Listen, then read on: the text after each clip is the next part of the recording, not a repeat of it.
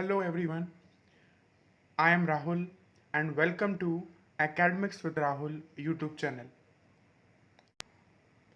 अगर आप मेरे चैनल पर पहली बार आए हो तो इस चैनल को सब्सक्राइब करें और बेल आइकन को दबाइए ताकि इस तरह की यूज़फुल वीडियोस मिलें आपको सबसे पहले। ये हिस्ट्री चैप्टर 1 का पार्ट 3 है। अगर आपने पार्ट 1 और पार्ट 2 नहीं देखा है तो डिस्क्रिप्शन में उसकी लिंक है, जाके पहले पार्ट 1 और पार्ट 2 देखें, फिर पार्ट 3। अभी तक पार्ट 1 और पार्ट 2 में हमने देखा कि हिस्ट्री और डेट्स का क्या रिलेशन है, क्यों डेट्स को हिस्ट्री में काफ़ी इंपॉर्टेंट माना जाता है, हिस्ट्री को किस तरीके से पैराडाइज किया गया, यानी उसका किस तरह से हमने उसको बांटा अलग अलग टाइम पीरियड्स में। अब हम जानने वाले हैं कि हिस्ट्री को लिखा कैसे जाए। अब हम जानने वाले हैं कि जो भी हिस्ट्री लिखी जाती थी उसके सोर्सेस क्या थे, यानी कहाँ से वो इन्फॉर्मेशन ली जाती थी और फिर हिस्ट्री लिखी गई। How do we know? What sources do historians use in writing about the last 250 years of Indian history?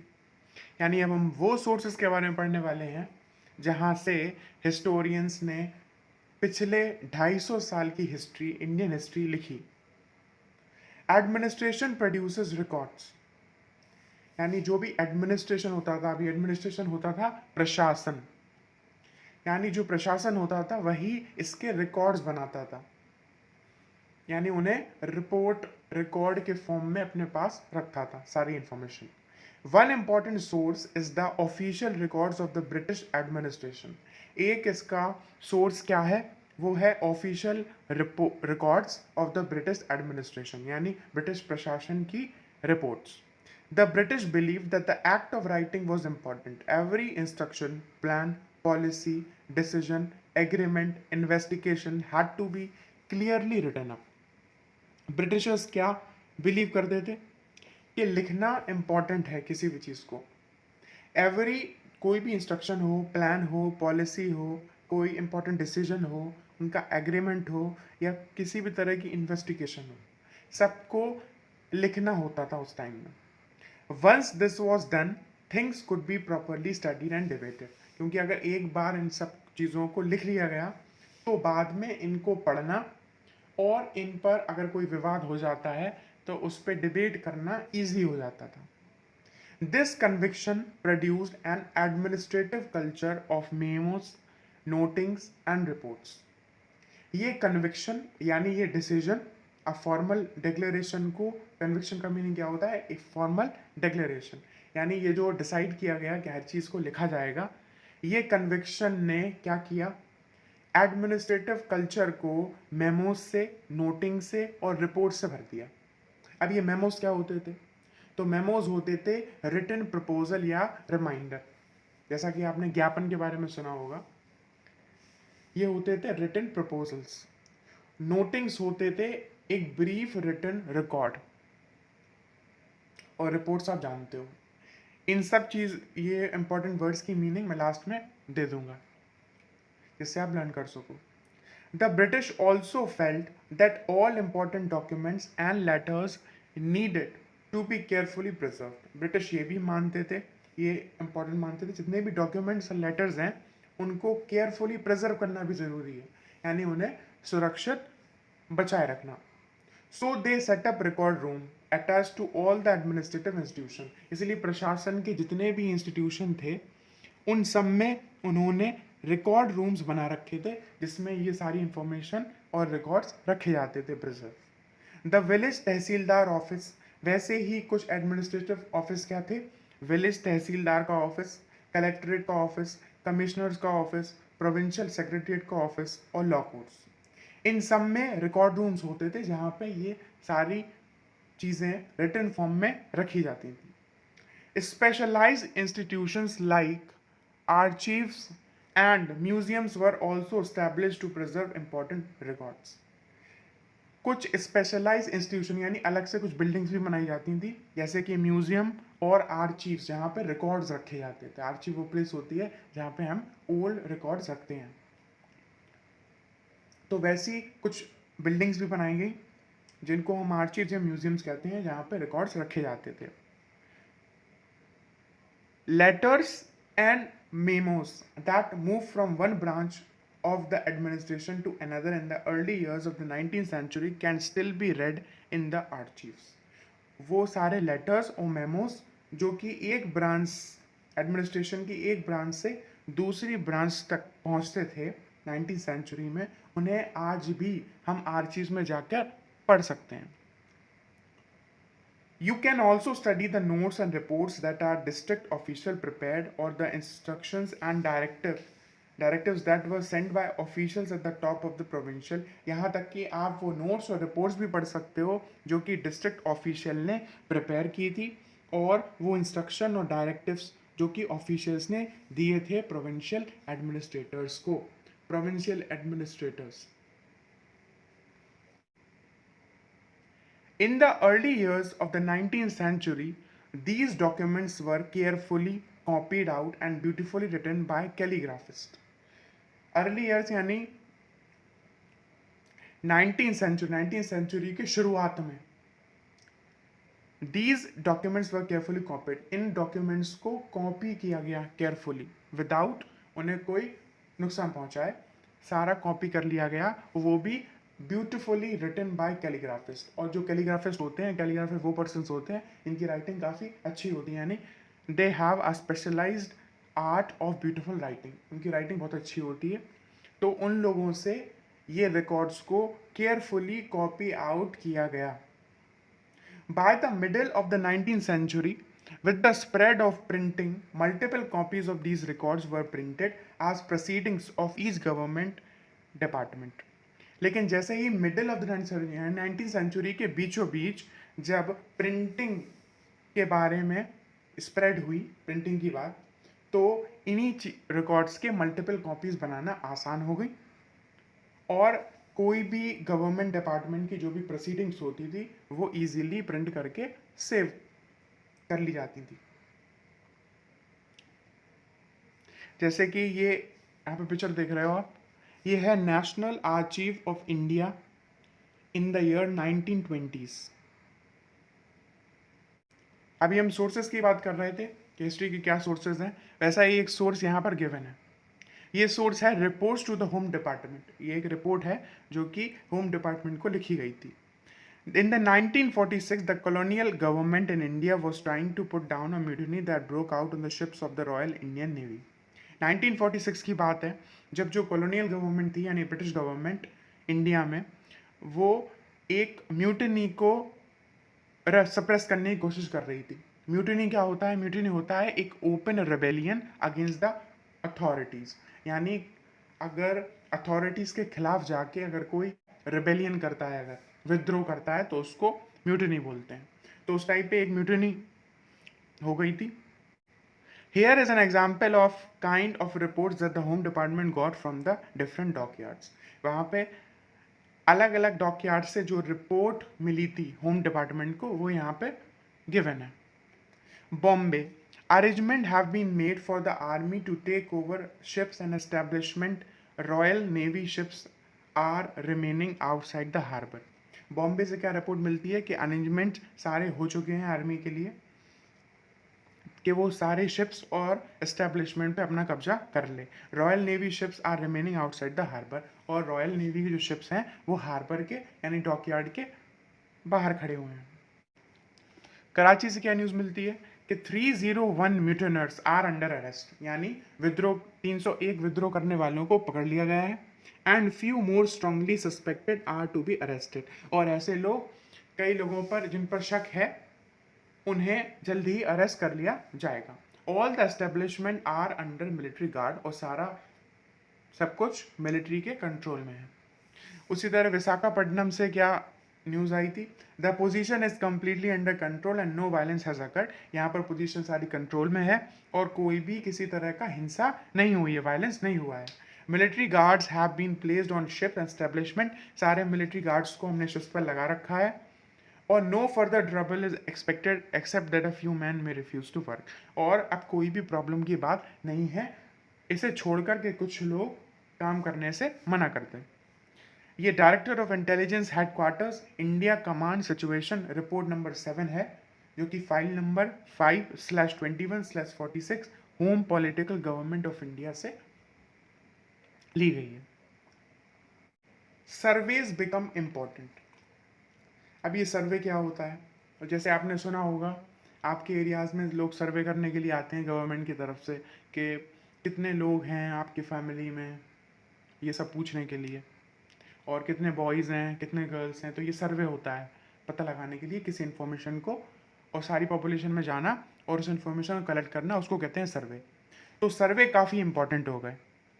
The practice of serving also become common under the colonial administration, यानी colonial government के अंदर, colonial administration के अंदर जो serving थी वो काफ़ी important हो गई थी। British believe that the country had to be properly known before it could be effectively administrate, क्योंकि ब्रिटिशर्स क्या कहते थे, उनका मानना था कि अगर हमें किसी कंट्री पर कंट्रोल करना है, उस कंट्री पर रूल करना है, उसको सबसे पहले तो जानना जरूरी है। और वो जानते कैसे? इन्फॉर्मेशन निकाल कर, सर्वे करवा कर। तो by the early 19th century detailed surveys were being carried out to map the entire country, यानी 19th सेंचुरी की शुरुआत में डिटेल्ड सर्वेज करवाए गए ताकि एंटायर कंट्री का एक मैप बनाया जा सके। In the villages revenue surveys were conducted, villages में इस चीज़ का सर्वे करवाया गया कि कौन कितना रेवेन्यू देता है, यानी कहाँ से कितना लगान आता है, ब्याज आता है, उसे कहते हैं रेवेन्यू, यानी मनी जो कि फार्मर्स और विलेजेस देते थे। The effort was to know the topography, the soil quality, the flora, the fauna, the local history and the cropping pattern. ये क्यों करवाया गया सर्वे? ताकि वहाँ की टोपोग्राफी के बारे में पता चले कि वहाँ की टोपोग्राफी क्या है, मतलब किस टाइप का जोग्राफिकल फीचर्स है वहाँ पे, वहाँ की सॉइल की क्वालिटी कैसी है, फ्लोरा कैसा है, यानी पेड़ पौधे सारे किस टाइप के हैं, और फौना यानी किस तरह की एनिमल लाइफ है, लोकल हिस्ट्रीज यानी वहाँ की लोकल इतिहास क्या है, और क्रॉपिंग पैटर्न यानी वहाँ पे किस तरह का क्रॉपिंग पैटर्न फॉलो होता है, किस तरह की क्रॉप्स ग्रो करी जाती हैं। All the fact seen as necessary to know about the region, क्योंकि अगर ऐसे रीजन को अगर कंट्रोल करना है, एडमिनिस्ट्रेट करना है, प्रशासन चलाना है वहाँ पे, तो ये सारे फैक्ट्स पता होने चाहिए थे। From the end of the 19th century, लेकिन जैसे 19th सेंचुरी एंड होती है, census operations were held every 10 years। लेकिन जैसे ही 19th सेंचुरी खत्म होने लगती है तो सेंसस ऑपरेशन करवाए गए। सेंसस क्या होता था? ये भी एक तरह का ऑफिशियल काउंट होता था, सर्वे होता था, जो कि बेसिकली पॉपुलेशन पर होता था ज़्यादातर। तो सेंसस ऑपरेशन करवाए गए हर 10 सालों में।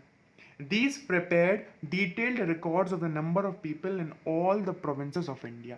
इससे क्या पता चल गया कि डिटेल उनके पास एक रिपोर्ट आ गई, रिकॉर्ड आ गया कि कितने लोग सारी प्रोविंसेस में अलग अलग हिस्सों में इंडिया के रहते हैं।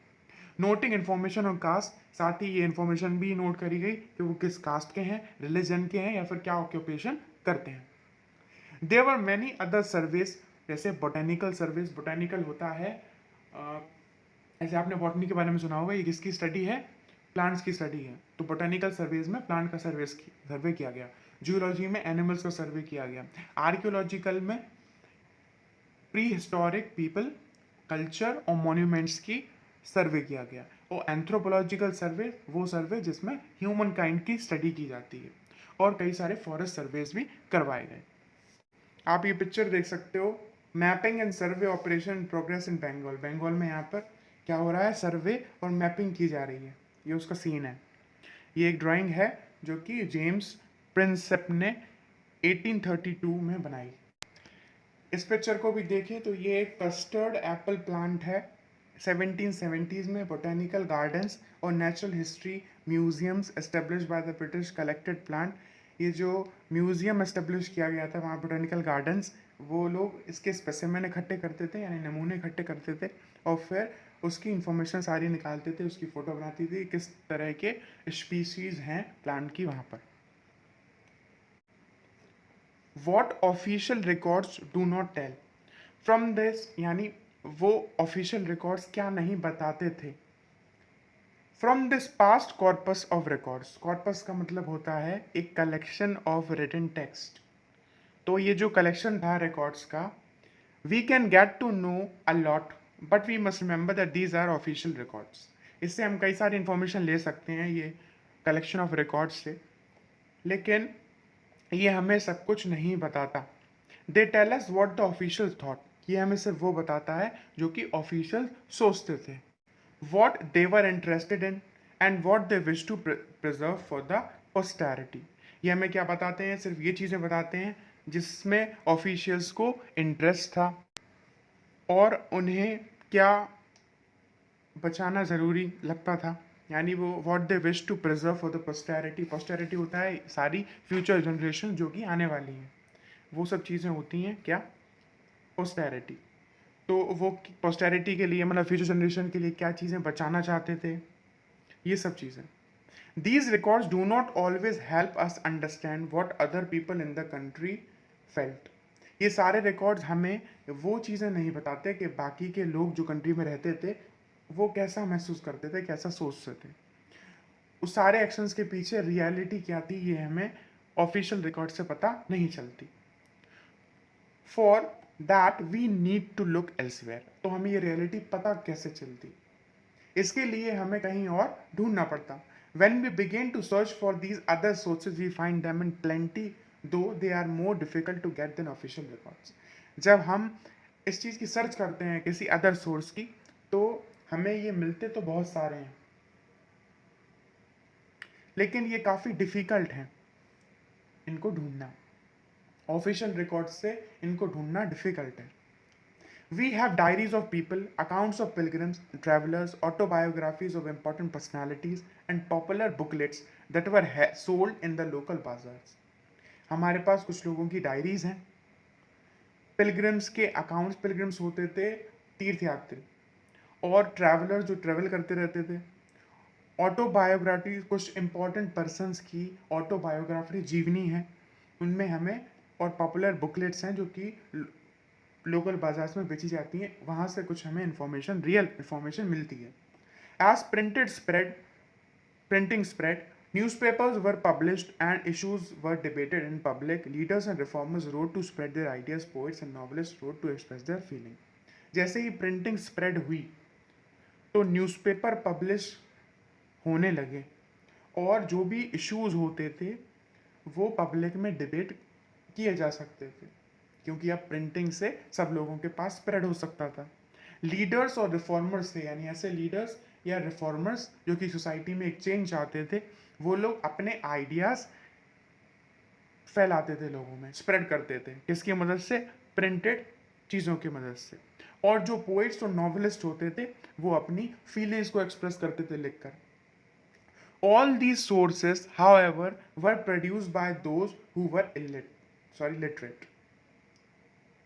All these sources, however, were produced by those who are literate. लेकिन ये सारे sources वो लोग बनाते थे जो कि literate होते थे, पढ़े लिखे होते थे. From these, we will not be able to understand how history was experienced and lived by the tribals and the peasants. लेकिन उनका क्या, जिन्हें पढ़ना लिखना नहीं आता था, उनकी लाइफ के बीच, उनकी लाइफ के रियलिटी के बारे में हम कैसे जानेंगे? जैसे कि जो ट्राइबल्स और पीजेंट्स होते थे, यानी फार्मर्स होते थे पीजेंट्स, और जो ट्राइबल्स होते कबीले वाले होते थे जंगलों में रहने वाले, उनके बारे में हमें कैसे पता चलता? द वर्कर्स के बारे में कैसे पता चलता जो कि माइंस में काम करते थे, या उन गरीबों के बारे में जो कि स्ट्रीट्स पर रहते थे? Getting to know these life is more difficult task, क्योंकि इन लोगों की लाइफ के बारे में जानना काफ़ी डिफिकल्ट टास्क है। Yet this can be done if we make a little bit of it. लेकिन हम ऐसा कर सकते हैं अगर हम थोड़ी कोशिश करें। When you read this book, you will see how this can be done. अगर आप इस बुक को आगे पढ़ेंगे तो आपको ये पता भी चलेगा। यहाँ पर एक सोर्स 2 गिवन है, not fit for human consumption. ये बेसिकली न्यूज़पेपर में छपी हुई एक रिपोर्ट है। किसके बारे में है ये? एक पुलिस स्ट्राइक के बारे में जो 1946 में हुई थी। इसमें देखिए क्या लिखा है।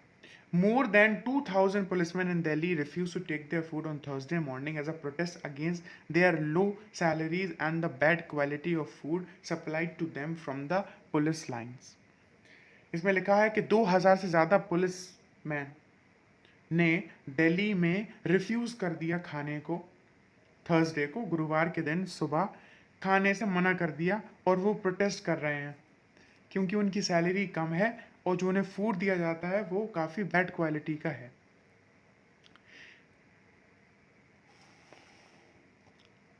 सेकेंड पैराग्राफ में लिखा है, as the news spread to the other police station the man there also refuse to take food. जैसे ही ये न्यूज़, ये खबर अदर पुलिस स्टेशन में पहुंची तो वहाँ के पुलिसमैन ने भी ये स्ट्राइक स्टार्ट कर दी एंड उन्होंने भी खाना खाने से मना कर दिया। उनमें से एक स्ट्राइकर कह रहा है कि the food supplied to the police line kitchen is not fit for human consumption. यानी उनमें से किसी एक स्ट्राइकर का कहना है कि जो खाना पुलिस लाइन किचन से दिया जाता है वो खाना बिल्कुल भी खाने लायक नहीं है, और वो जो चपातीस देते हैं और दाल देते हैं उन्हें तो भेड़ बकरियां भी नहीं खाएंगी, कैटल्स भी नहीं खाएंगे, और हमें ऐसा खाना खाना पड़ता है। ये हिंदुस्तान टाइम्स 22 मार्च 1946 की एक रिपोर्ट है। तो यहाँ हमारा ये चैप्टर कंप्लीट होता है। आई होप आपको समझ में आया होगा। अगर आपको हमारी वीडियो और हमारा कंटेंट पसंद आता है तो इस वीडियो को लाइक करें, शेयर करें और साथ ही चैनल को सब्सक्राइब करें।